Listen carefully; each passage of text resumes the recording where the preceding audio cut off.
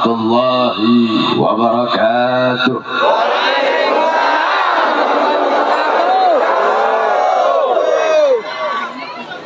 Alhamdulillah, alhamdulillahil qawiyyi sultanuh, al-wadihil burhanuh, al-mabsut fil wujud karamuhu wa ihsanuh. Allahumma salli wa sallim wa barik wa karrim wa azzim ala nuril anwar wa sirril asrar wa tiryakil akhyar wa miftahi babil yasar sayyidina wa maulana Muhammadin al-Mukhtar wa alihi al-athhar wa ashabihi al-akhyar adada ni'amillahi wa ifdalih, amma ba'd. Yang saya cintai, yang saya muliakan, segenap para alim ulama, segenap para habaib, para kiai, para asatid, para tuan-tuan guru, para tokoh masyarakat, segenap aparat pemerintah, wabil khusus pemerintah, wabil khusus saya terakhir ceramah di Lampung itu di tempat beliau 2017, berarti 7 tahun yang lalu. Yang saya cintai, yang saya muliakan, guru-guru kita, Kiai Haji Maulana Ibrahim Murad Al-Makki, pimpinan Ponpes Perkemas. Yang saya cintai, yang saya muliakan, Syekhul Kiram Kiai Haji Cecep Badruddin, Mudirul Ma'had As-Salafiyah, Syekhul Kiram Kiai Haji Mustafa, kemudian Kiai Haji Ahya Ansari, Mudir Ma'had Ar-Rahmah, kemudian Al-Ustaz Muhammad Zulkarnain beserta para tuan-tuan guru yang lain, wabil khusus yang saya cintai, yang saya muliakan, segenap hadirin hadirat, bapak-bapak, ibu-ibu, khususnya para pemuda-pemudi umat Nabi Muhammad, masyarakat Lampung yang selalu diberkahi dan dimuliakan oleh Allah Subhanahu wa ta'ala. Saudara-saudara, sebelum saya ingin memberitahukan bahwasanya sebenarnya saya ini nggak bisa datang, saya lagi sakit. Tapi begitu dengar katanya ada yang nolak, langsung hilang sakitnya saya.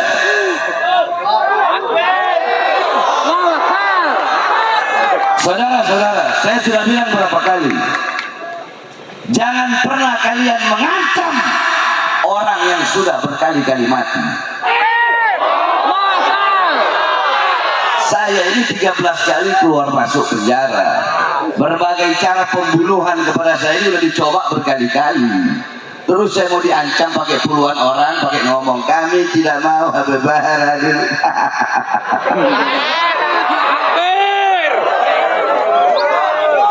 Saudara-saudara, saya Bahar bin Smith, saya fighter. Jiwa saya jiwa pejuang. Saya tidak peduli seberapa besar ancaman, hukuman, tetap saya akan tegak berdiri untuk melawan.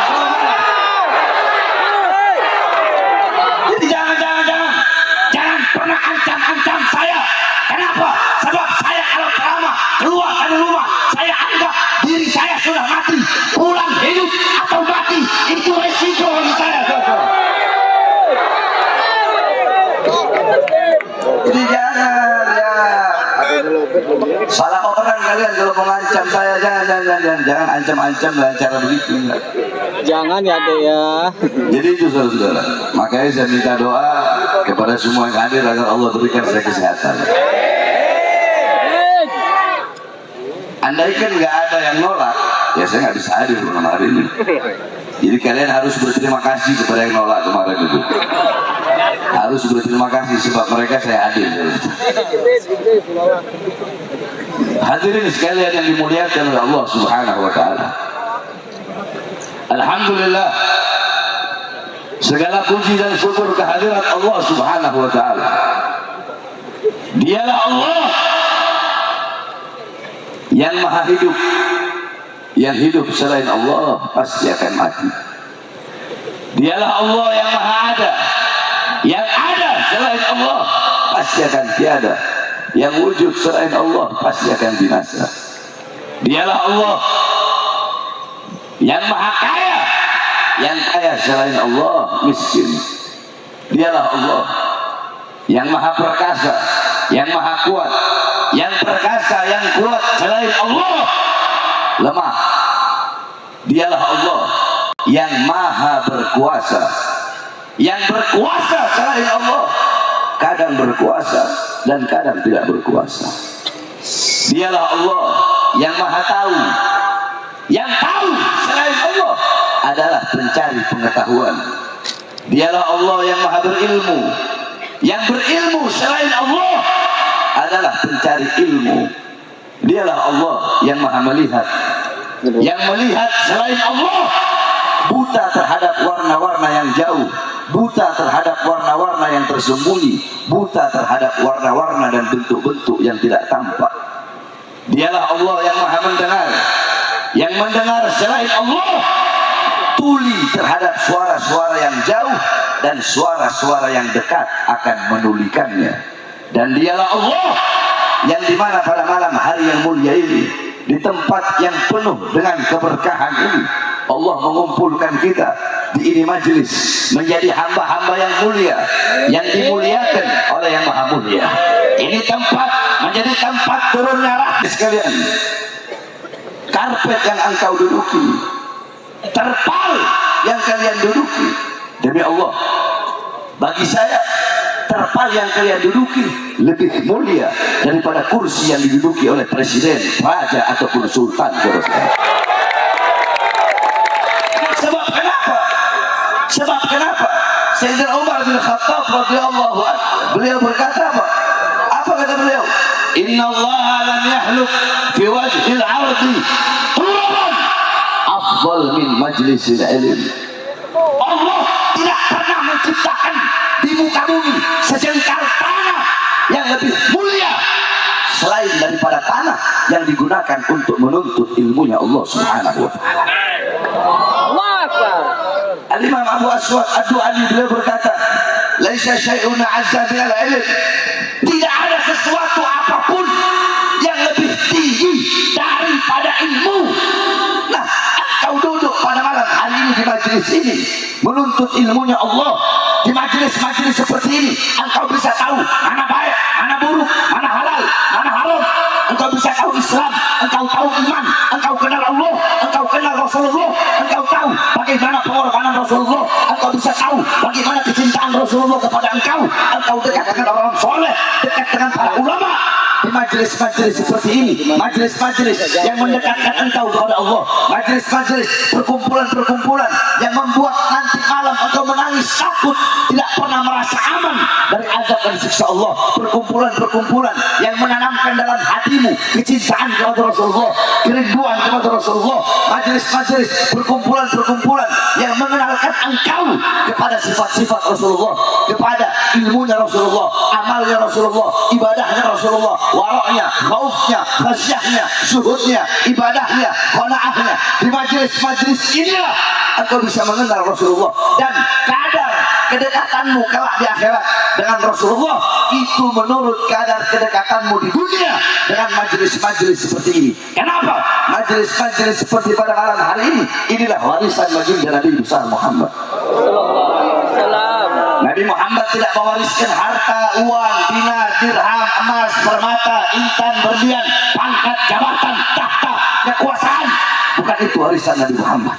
Warisan Nabi Muhammad adalah ilmu, dan engkau duduk di sini untuk mengambil warisan Nabi Muhammad. Nah, ketika engkau mendapatkan warisan Nabi, apakah ada warisan yang lebih berharga bagimu selain daripada warisan Nabi Muhammad? Ada atau tidak? Ada atau tidak? Apakah ada warisan yang lebih bernilai selain daripada warisan Nabi Muhammad? Apakah ada warisan yang lebih mahal selain daripada warisan Nabi Muhammad? Apakah ada warisan yang lebih membuat engkau bahagia dunia akhirat selain daripada warisan Nabi Muhammad? Apakah ada warisan yang lebih bermanfaat bagimu dunia dan akhirat selain daripada warisan Nabi Muhammad? Apakah ada warisan yang menyelamatkanmu dunia dunia dan akhirat selain daripada warisan Nabi Muhammad.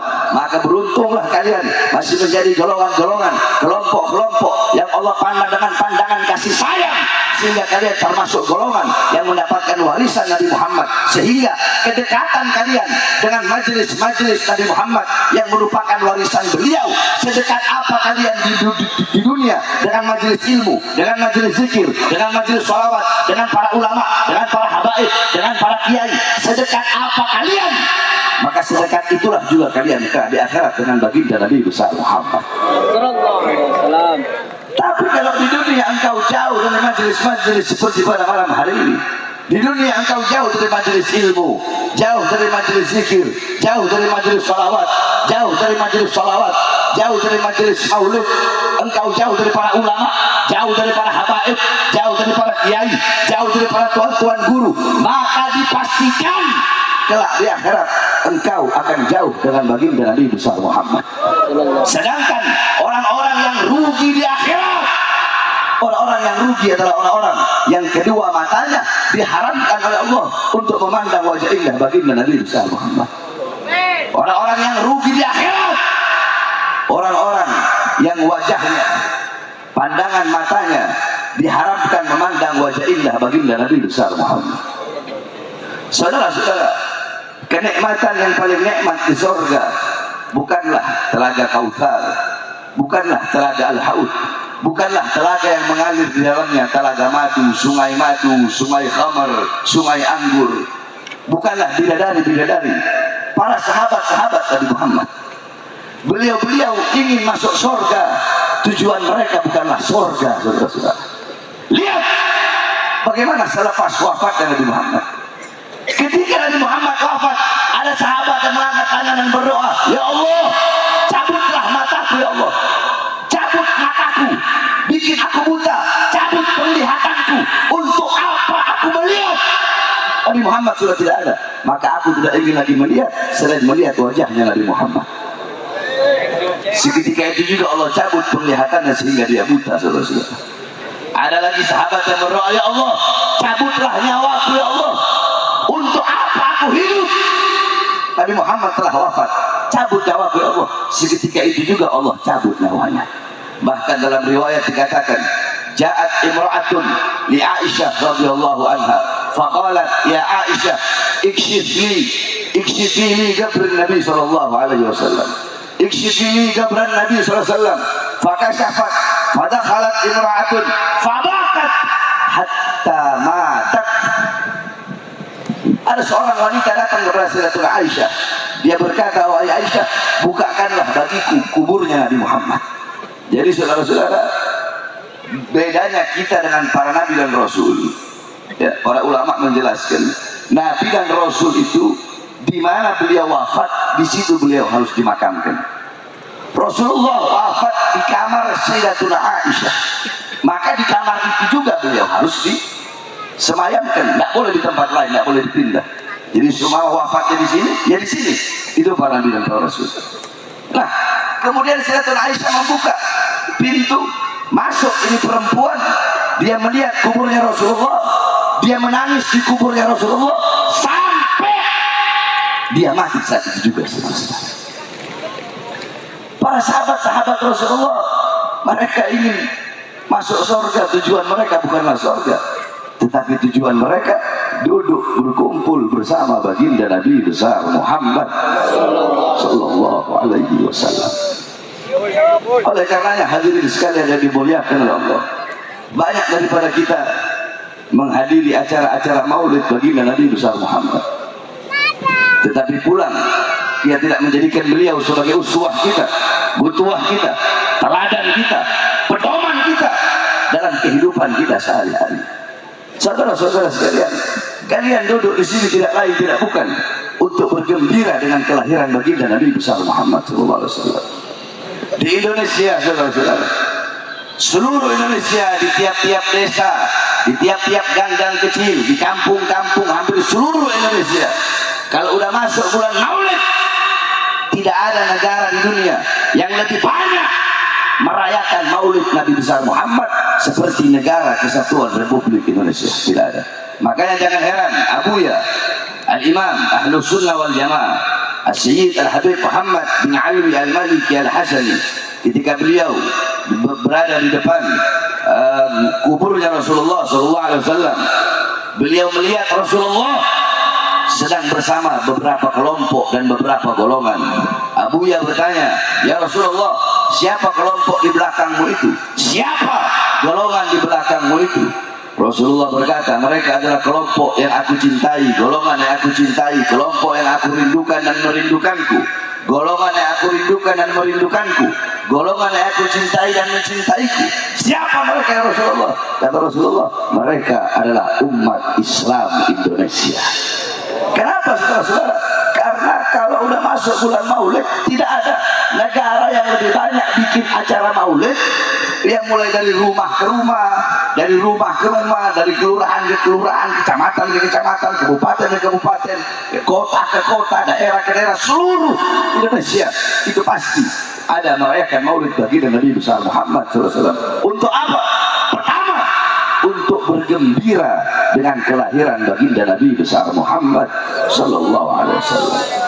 Nah, lantas ada orang yang bertanya, ada kelompok yang bertanya, ada golongan yang bertanya, "Kenapa kalian bergembira dengan lahirnya baginda Nabi besar Muhammad?"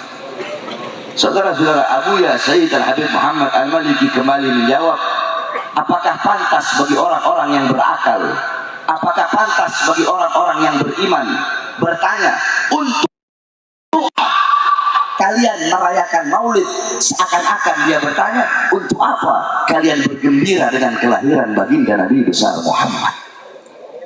Maka jikalau ada yang nanti, kenapa kalian bergembira dengan lahirnya Nabi Muhammad? Jawab, dalam Al-Quran Allah Subhanahu wa Ta'ala berfirman, "Qul bifadlillah wa birahmatih fabidzalika falyafrahu."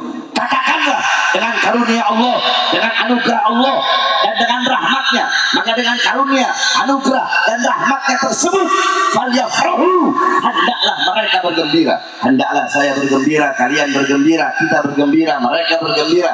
Hendaknya kita semua bergembira dengan adanya karunia dan rahmat Allah. Pertanyaannya, apa karunia Allah? Apa rahmat Allah? Para ulama-ulama ahli tafsir berbeda-beda penafsiran. Dalam kitab tafsir Jami'ul Bayan, Al-Imam Ibnu Jarir At-Tabari, dalam kitab tafsir Ma'alimut Tanzil, Al-Imam Baghawi, dalam kitab tafsir Ad-Durrul Manthur, tafsir Bil Ma'thur Al-Imam As-Suyuti, tafsir Madarikut Tanzil, Al-Imam An-Nasafi, tafsir Al-Imam Ibnu Katsir, tafsir Jalalain, Al-Imam Jalaluddin Al-Mahalli, yang dilanjutkan oleh Imam Jalalain As-Suyuti, dan masih banyak lagi tafsir-tafsir yang lain, tafsir Al-Kabir, Al-Imam Fakhruddin Ar-Razi. Beliau-beliau ada yang mengatakan karunia Allah, ada yang mengatakan ilmu, ada yang mengatakan akal. Rahmat Allah